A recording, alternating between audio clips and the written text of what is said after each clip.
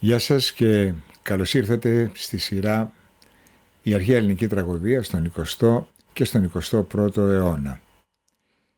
Αυτό είναι το τρίτο επεισόδιο, όπου θα πάμε στο δεύτερο μισό του 20ου αιώνα και θα συναντήσουμε τα θέατρα, τους οργανισμούς, τους καλλιτέχνες και τους σκηνοθέτες βασικά, οι οποίοι ασχολήθηκαν με το αρχαίο ελληνικό θέατρο, ασχολήθηκαν με το αρχαίο δράμα, με την κωμωδία και ανοίξαν τα φτερά αυτού του θεάτρου, αυτής της φόρμας, της θεατρικής φόρμας που επηρέασε όλο το σύγχρονο θέατρο παγκοσμίως. Μιλώντας λοιπόν για το αρχαίο ελληνικό θέατρο και περνώντας τους διάφορους θεατρικούς οργανισμούς, είναι φυσικό να σταθούμε στον εθνικό οργανισμό που είναι το Εθνικό Θέατρο και που είχε πολύ μεγάλη δράση και επιρροή πάνω στο ελληνικό κοινό και στην Ελλάδα και στο εξωτερικό. Γενικότερα όμως υπήρξαν και άλλα θέατρα στην ίδια περίοδο και σχήματα, διεθνή σχήματα του εξωτερικού από άλλες χώρες όπως η Αγγλία, παραδείγματος χάρη, θα μιλήσουμε γι' αυτό, που ασχολήθηκαν μεγάλοι δημιουργοί του θεάτρου, ασχολήθηκαν με το αρχαίο δράμα πάρα πολύ σοβαρά και δώσανε μια πολύ μεγάλη όθηση, διεθνή όθηση και στην Ελλάδα και στη ρίζα του θεάτρου που είναι η αρχαία ελληνική τραγωδία και η αρχαία ελληνική κωμωδία.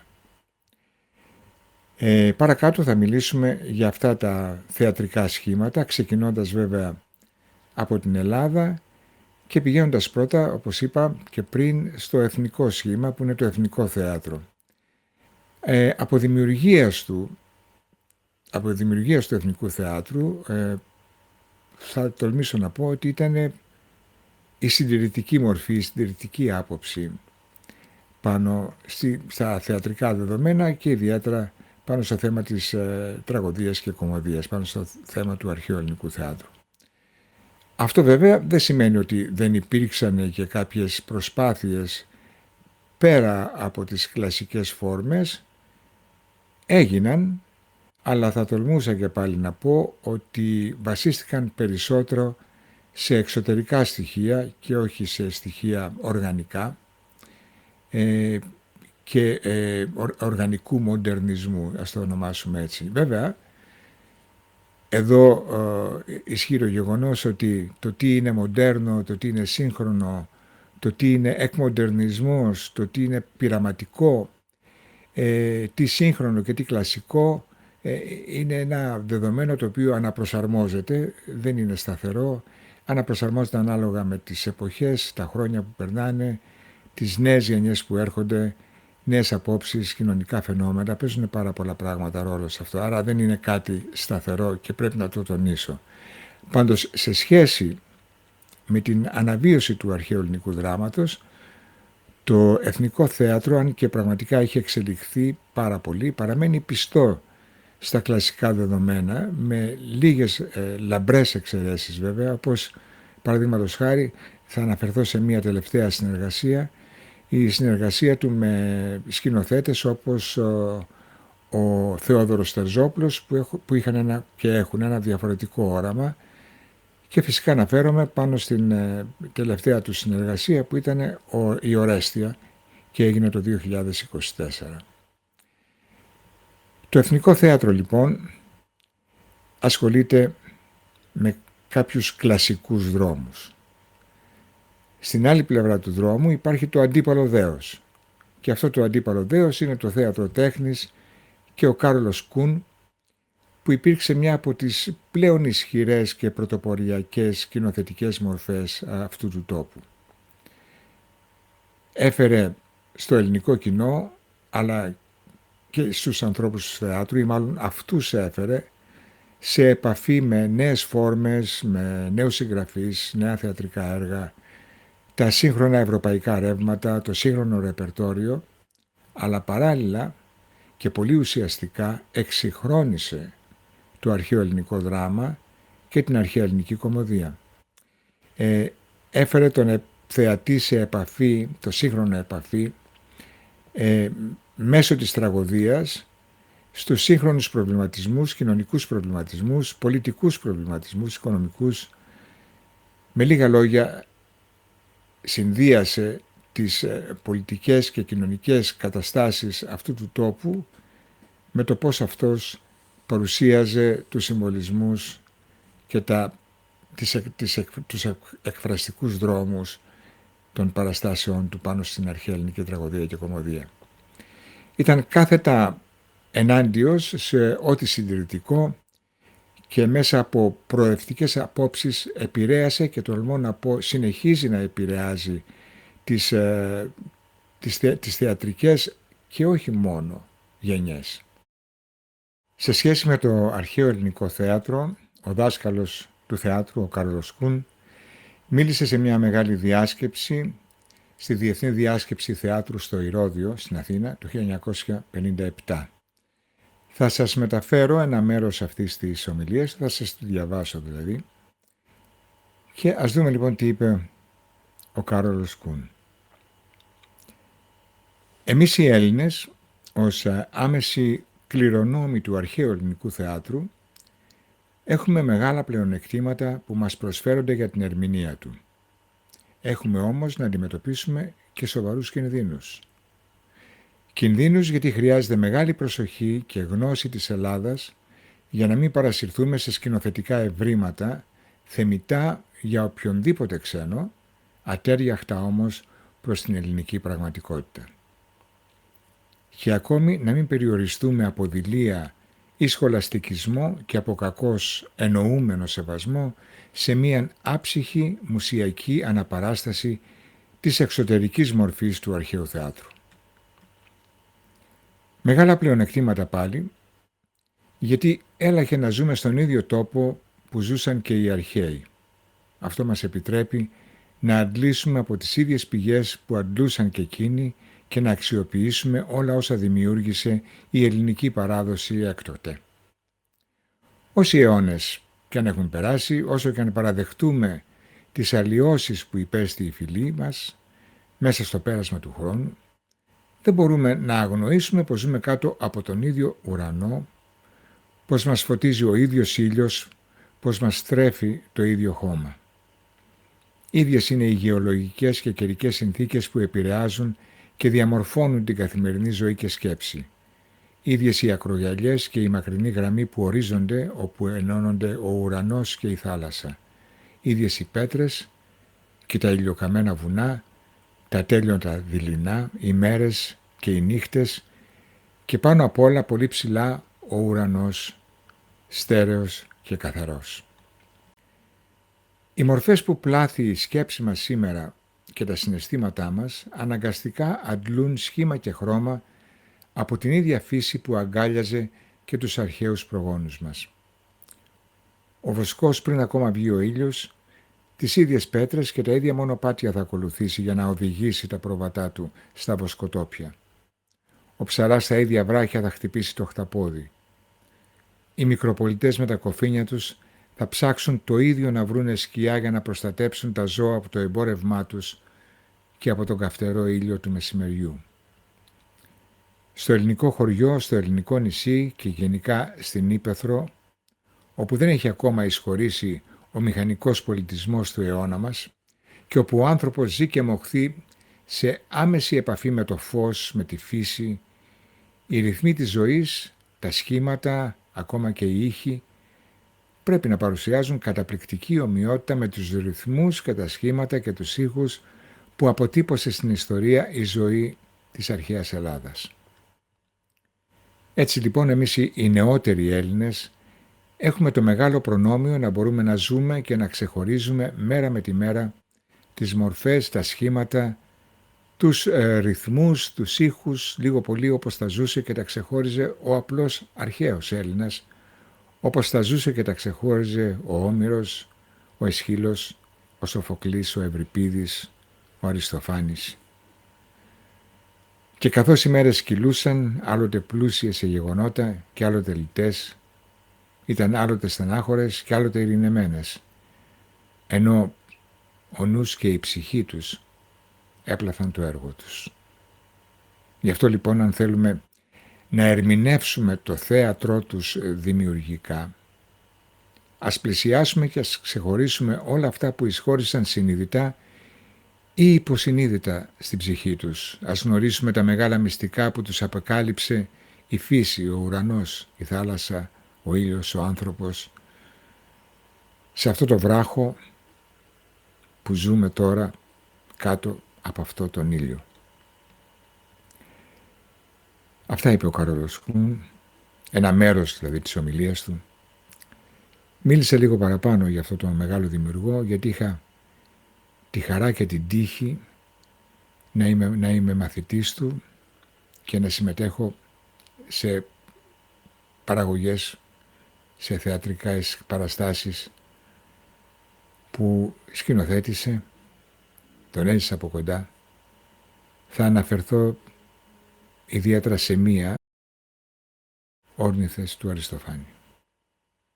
Ο Κάρολος Κούν λοιπόν, όπως μόλις τώρα είπα, δημιούργησε πολύ σημαντικές παραστάσεις πάνω στο αρχαίο ελληνικό θέατρο και στην αρχαία ελληνική κωμωδία, που πράγματι άφησαν το στίγμα του θεάτρου τέχνης και τη δική του υπογραφή παγκοσμίως. Ιδιαίτερα θα αναφερθώ σε δύο παραστάσεις, στους Πέρσες του Αισχύλου και Όρνηθες του Αριστοφάνη. Τελειώντας λοιπόν με τον Κάρολο Κούν και το θέατρο τέχνης, θα διασχίσω το δρόμο και θα περάσω στην απέναντι πλευρά, στην πλευρά του Εθνικού Θεάτρου, που και μέχρι το 1978, που ήταν και η τελευταία σκηνοθεσία του με την Ηλέκτρα του Σοφοκλή, εκεί λοιπόν κυριαρχεί η μορφή του Δημήτρη Ροντήρη.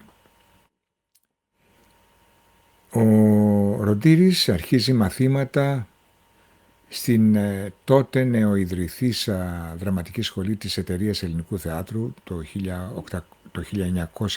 1918 και συνεχίζει στη δραματική σχολή του Οδείου Αθηνών, έχοντας δύο πολύ μεγάλους δασκάλους, έναν μεγάλο ηθοποιό, τον Εμίλιο Βεάκη, και έναν μεγάλο σκηνοθέτη, τον Φώτο Πολίτη.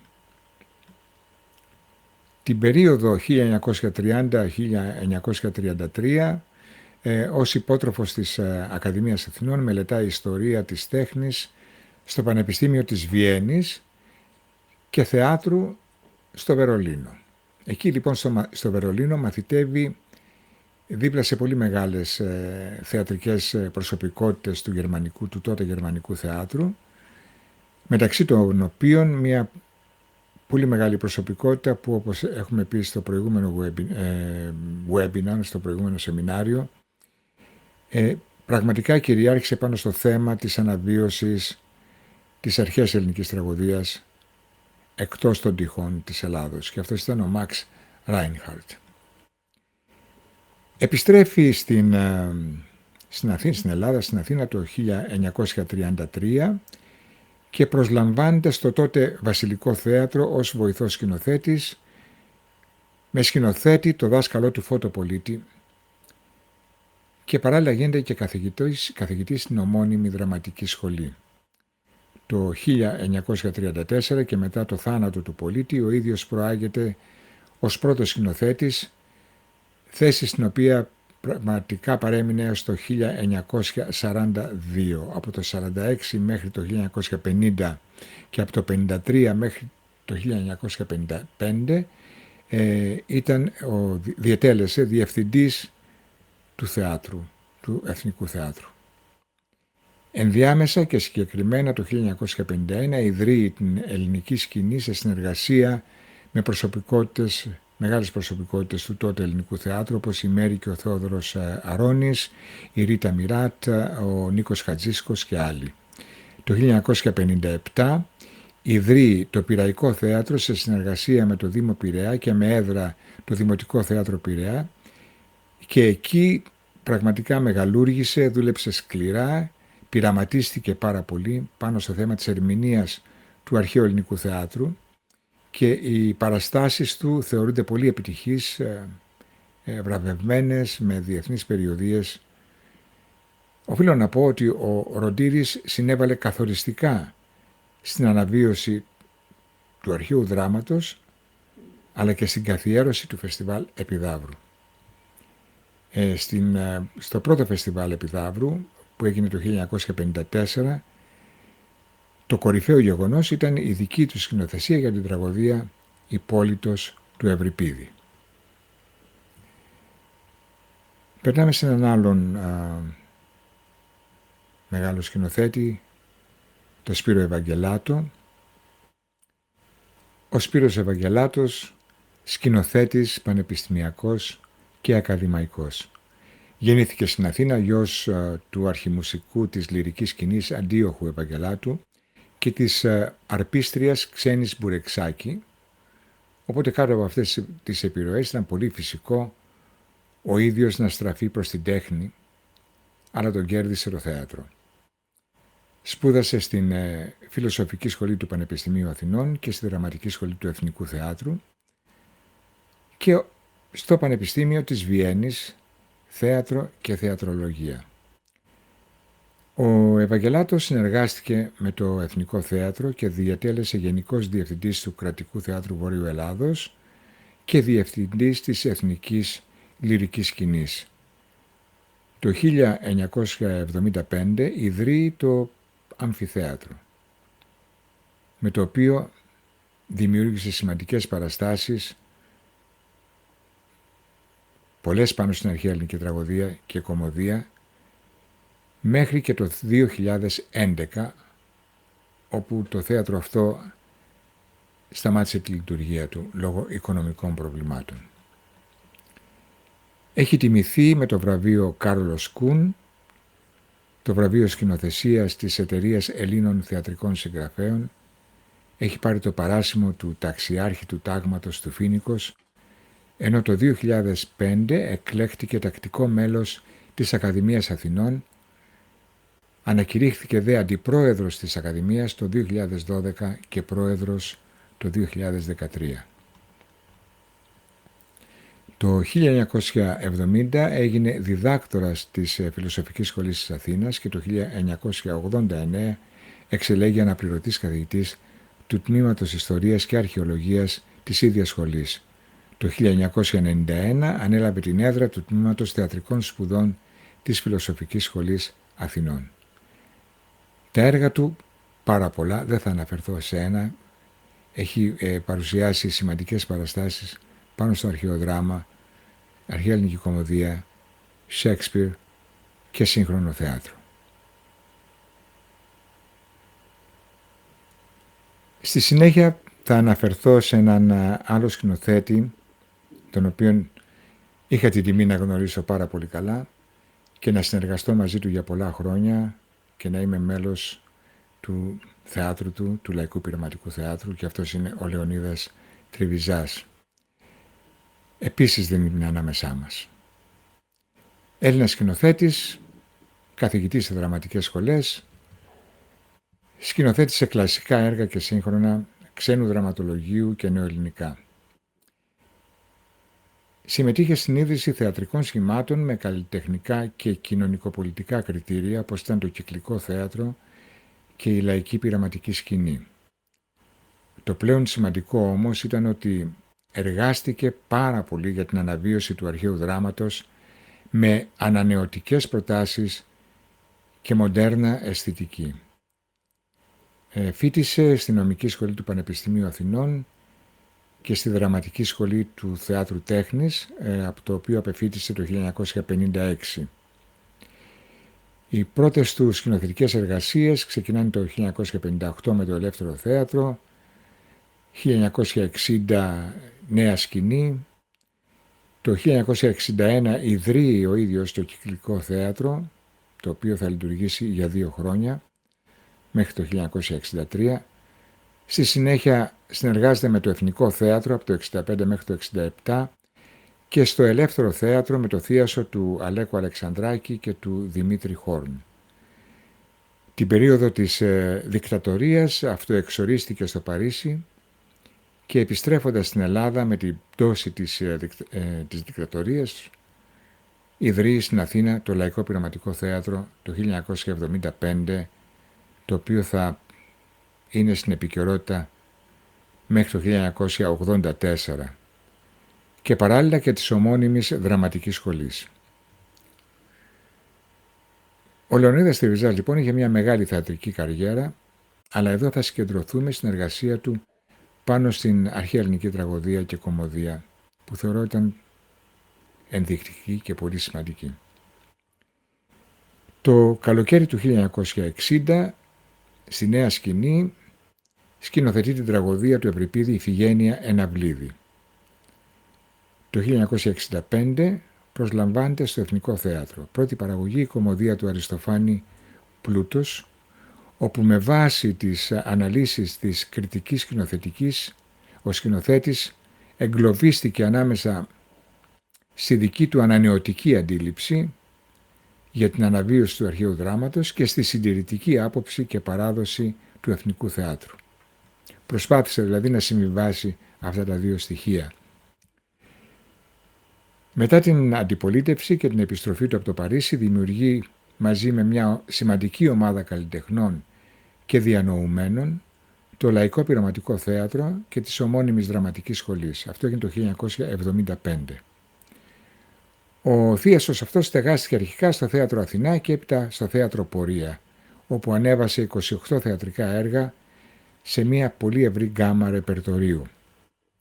12 έργα ξένου ρεπερτορίου, 7 νεοελληνικά, 2 κλασικά έργα, 3 παιδικά, 4 αρχαία δράματα, όπου ασχολήθηκε συστηματικά με την αναβίωση του αρχαίου δράματος. Παρουσίασε την κωμωδία του Αριστοφάνη Θεσμοφοριάζουσες, τις τραγωδίες του Ευρυπίδη Ορέστης και Φίνισσες, καθώς και την τραγωδία του Εσχύλου Επτά Επιθύβας.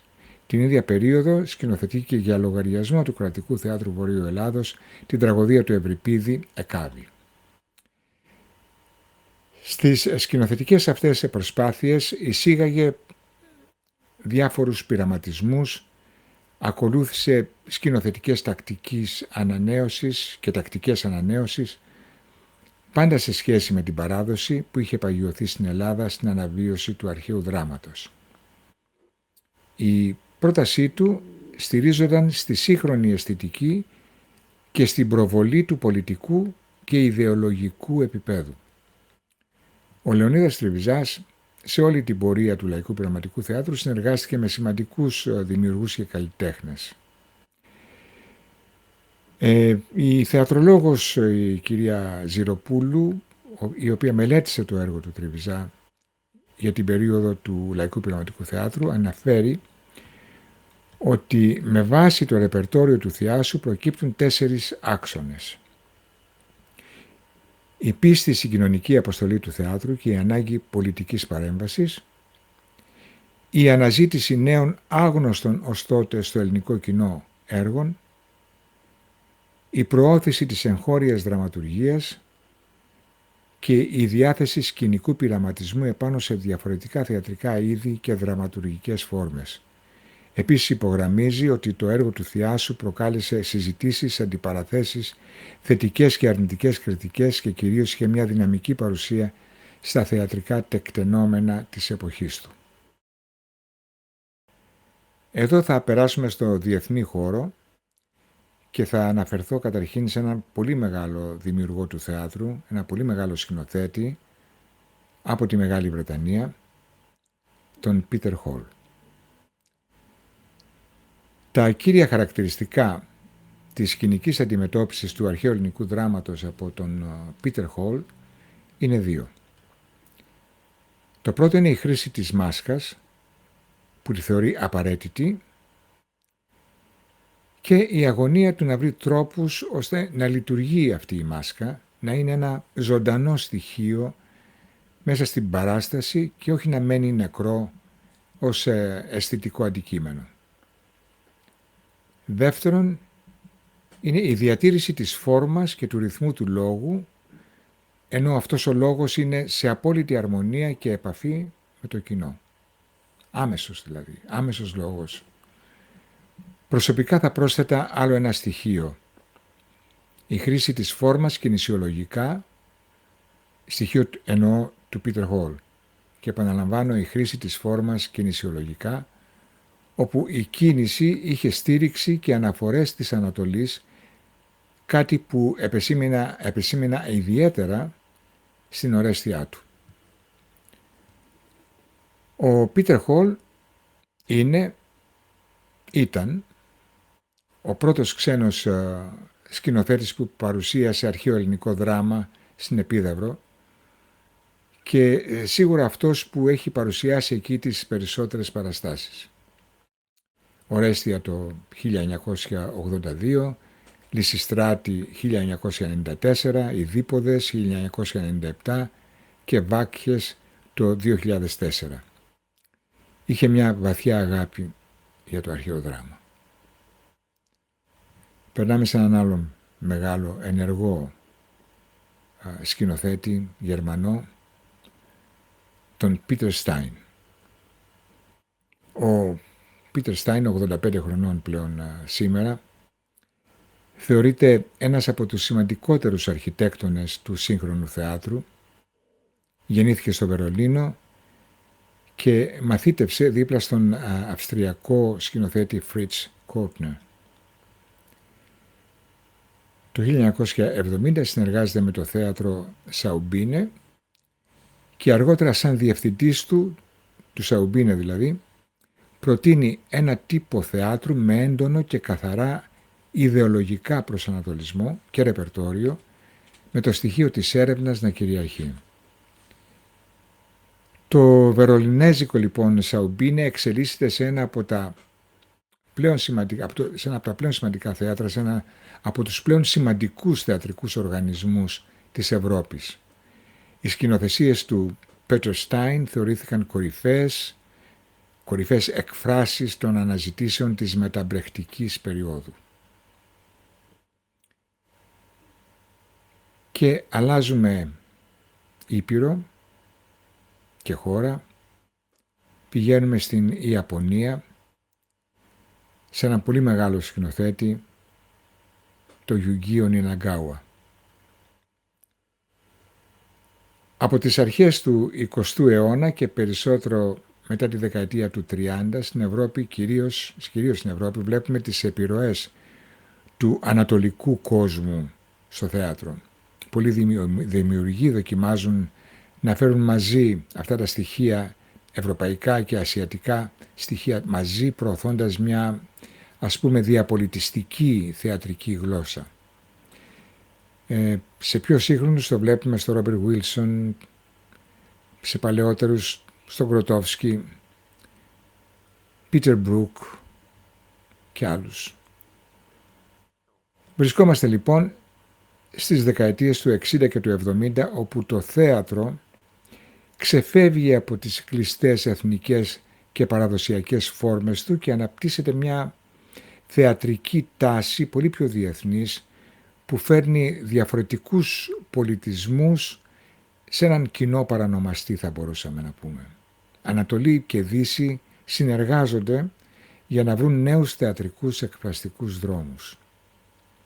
Την ίδια εποχή σκηνοθέτες από την Ιαπωνία, κυρίως από την Ιαπωνία, υιοθετούν κλασικά κείμενα του δυτικού κόσμου με προτίμηση στον Σέξπιρ και στους Έλληνες τραγικούς.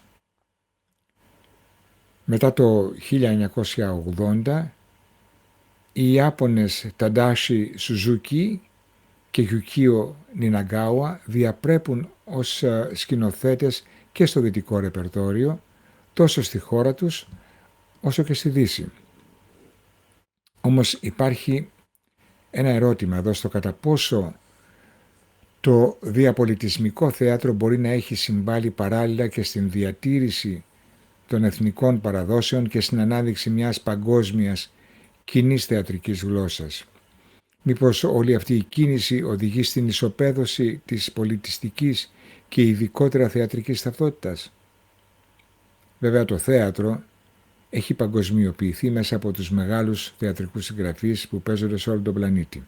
Επίσης όμως είναι γεγονός ότι οι μεγάλοι σκηνοθέτες, οι μεγάλοι δημιουργοί μελετούν αυτά τα έργα και αυτούς τους συγγραφείς μέσα από τα δικά τους πολιτιστικά και κοινωνικά δεδομένα. Υπάρχουν δηλαδή κάποιες ελαφριές γραμμές σύνδεσης και αποσύνδεσης που συνδέουν όλα αυτά τα στοιχεία στο σύγχρονο θέατρο. Ο Γιουκίο Νιναγκάουα σκηνοθέτησε 5 ελληνικές τραγωδίες. Η Μύδια και ο Ιδίππους Τύραννος παρουσιάστηκαν στην Αθήνα το 1983-84 και το 2004 αντιστοίχως. Ο Νιναγκάουα κινείται ευέλικτα ανάμεσα στην avant-garde, στο συμβολικό και στο παραδοσιακό θέατρο.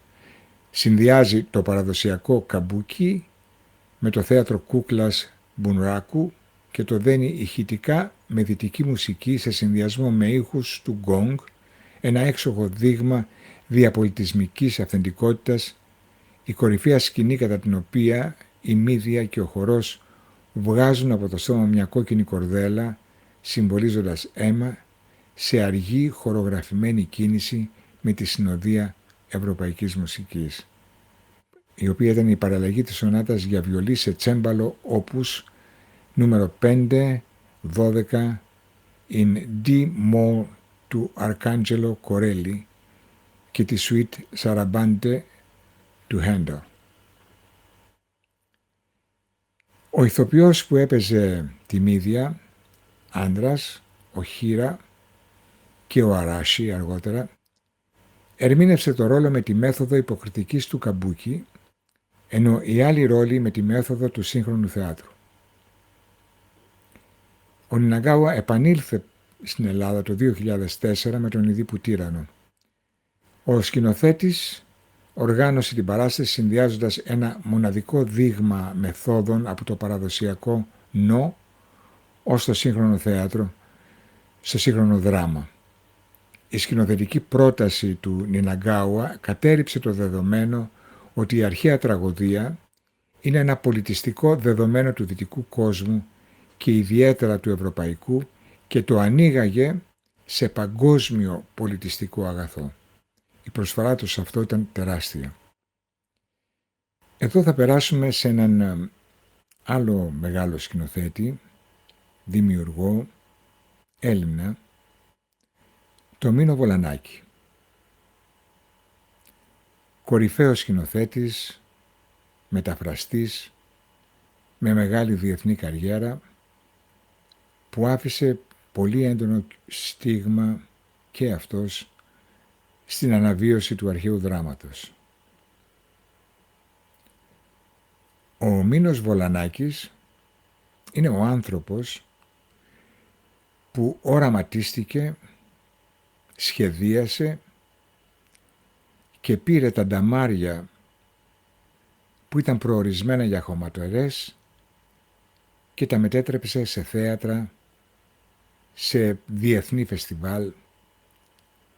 Είναι ο άνθρωπος που έφερε τις παραστάσεις τραγωδίας και κωμωδίας από την Επίδαυρο και το Ηρώδειο στις λαϊκές γειτονιές της Αθήνας, του Βύρωνα και της Πετρούπολης. Έτσι λοιπόν το λατομείο του Βύρωνα μεταμορφώθηκε σε φεστιβάλ βράχων και της Πετρούπολης σε φεστιβάλ πέτρας. Ο Μίνος Βολανάκης ήταν πραγματικά ένας οραματιστής του θεάτρου μέσα στην ολότητά του. Ένας εμψυχωτής που έβρισκε πάντα τον τρόπο να βοηθήσει, να ενισχύσει σιωπηλά και χωρίς ανταλλάγματα.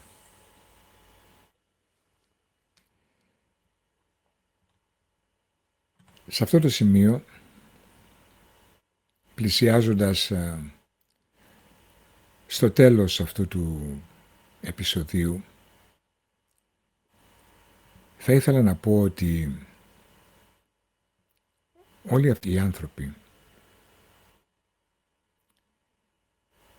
δούλεψαν πάρα πολύ σκληρά για να βρούνε δρόμους, να ανακαλύψουν δρόμους επικοινωνίας και να επικοινωνήσουν το αρχαίο ελληνικό δράμα, το αρχαίο ελληνικό θέατρο γενικότερα στην εποχή τους.